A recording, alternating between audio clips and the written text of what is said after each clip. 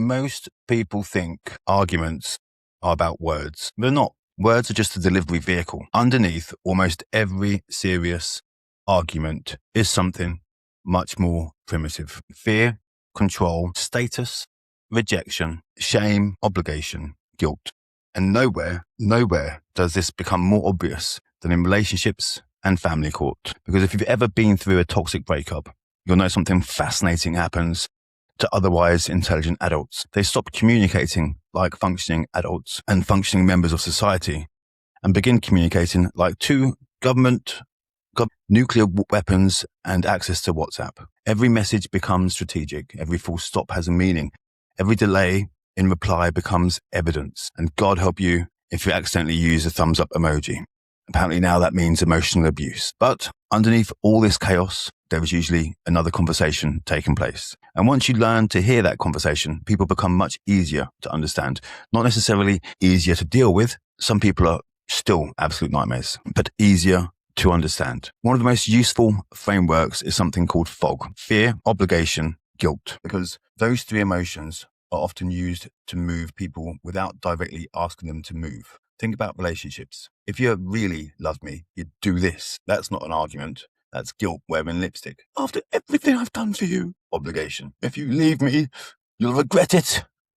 Fear. And the mistake people make is responding to the surface statement. They start defending themselves, explaining themselves, proving they're not selfish, proving they're not cruel, proving they're a good parent. And now you're trapped. Because once somebody gets you defending your character rather than discussing an actual issue, the conversation has changed. This happens constantly in high conflict co-parenting. A father asks for an extra time with his child. The response comes back, "You only care about yourself." Interesting.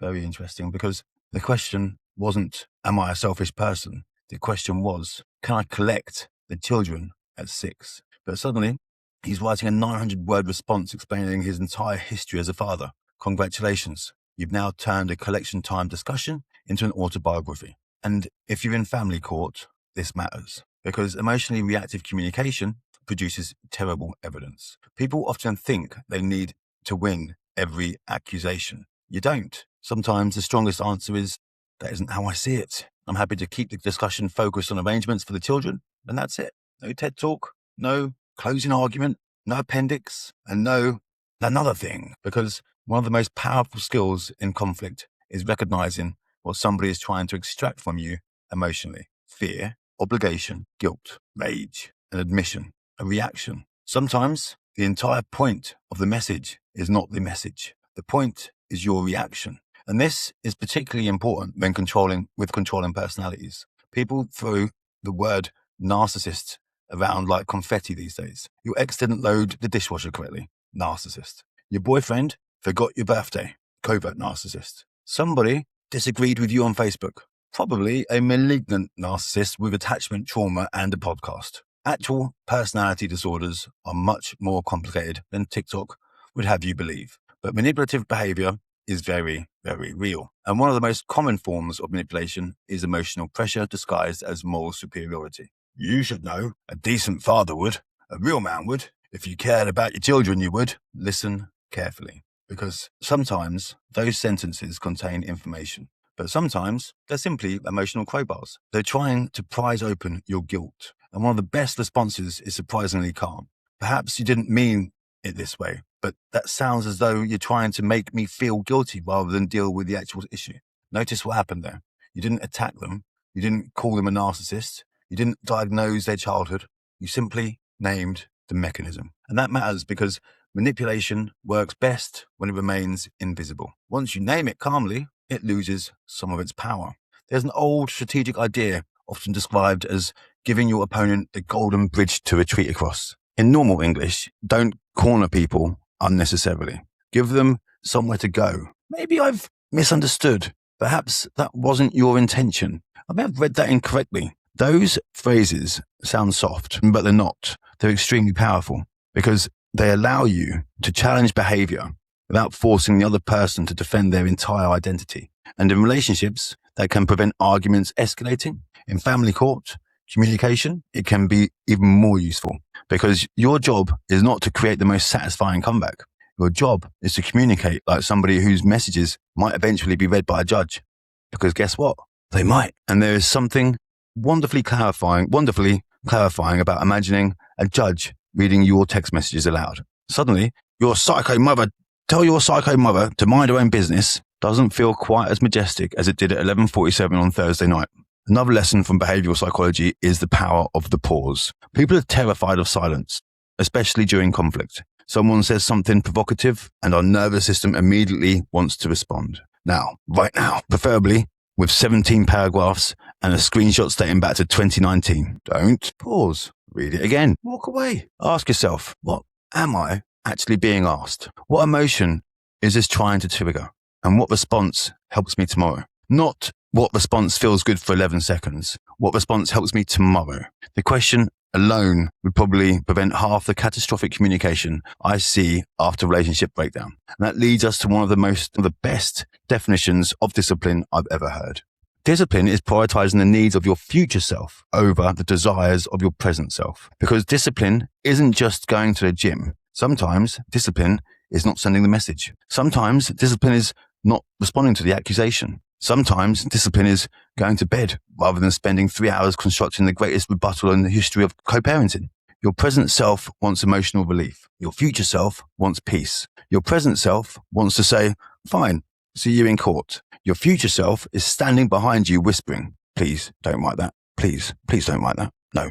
And that is discipline. And family court rewards this kind of discipline far more than people realize. Not because courts expect parents to be robots. They don't. They don't at all. People get angry. People get hurt. People make mistakes. But patterns matter. A parent who can consistently communicates calmly, proposes sensible solutions, and keeps bringing things back to the children creates a very different picture from somebody who appears to live permanently on DEFCON 1. And this is where habits become important. People admire calm people and imagine they possess some sort of mystical genetic gift. They don't. Usually, calmness is rehearsed. Good communication is rehearsed. Emotional regulation is rehearsed. You don't suddenly become composed during the worst moment of your life. You build composure beforehand. You create rules. Never respond angry. Never send immediately. Never argue about 10 issues at once. Never insult. Never diagnose. Never threaten proceedings to frighten somebody. Never use the children as messengers. Never make the child responsible for adult emotions. Those rules become habits. And eventually, what once required enormous discipline becomes your normal behavior. And that's important because confidence works the same way. Most people misunderstand confidence. They think confidence is posture, eye contact, firm handshake, speaking slowly, standing like you just bought LinkedIn Premium. But those are symptoms. Real confidence is deeper. Real confidence is being willing to experience social injury, rejection, disagreement, disapproval, someone thinking badly of you. And that last one destroys people in toxic relationships. They become obsessed with correcting the other person's perception of them. You think I'm selfish? You think I'm selfish? Let me explain. You think I'm a bad father? Let me explain. You think you told your friends I'm controlling? Let me explain. Eventually, your entire life becomes an international public relations campaign dedicated to changing the opinion of somebody who has already decided what they want to believe. And that's exhausting. Confidence says you're entitled to your opinion of me. That doesn't mean you ignore false allegations in legal proceedings. Of course not. Evidence matters. Facts matter. Serious allegations must be addressed properly. But emotionally, you stop needing universal approval. That is freedom. Because one of the most dangerous psychological traps in family conflict is becoming obsessed with proving yourself to be somebody committed to being somebody, because one of the biggest mistakes and dangerous psychological traps in family conflict is becoming obsessed with proving yourself to somebody committed to misunderstanding you. You'll never finish. There'll always be another accusation, another interpretation, another rewritten history, another incident. At some point, you have to distinguish between defending your position where it matters and desperately begging somebody to validate your character. Those are not the same thing. The first is strategy. The second is captivity. And here's another fascinating thing. Human beings constantly reveal what matters to them through language. Listen to how somebody describes themselves. Listen to what they brag about. Listen to what offends them. Listen to what they repeatedly return to. We're all walking around broadcasting our emotional priorities. Some people need approval. Some need control. Some need significance. Some need security. Some desperate to feel morally superior.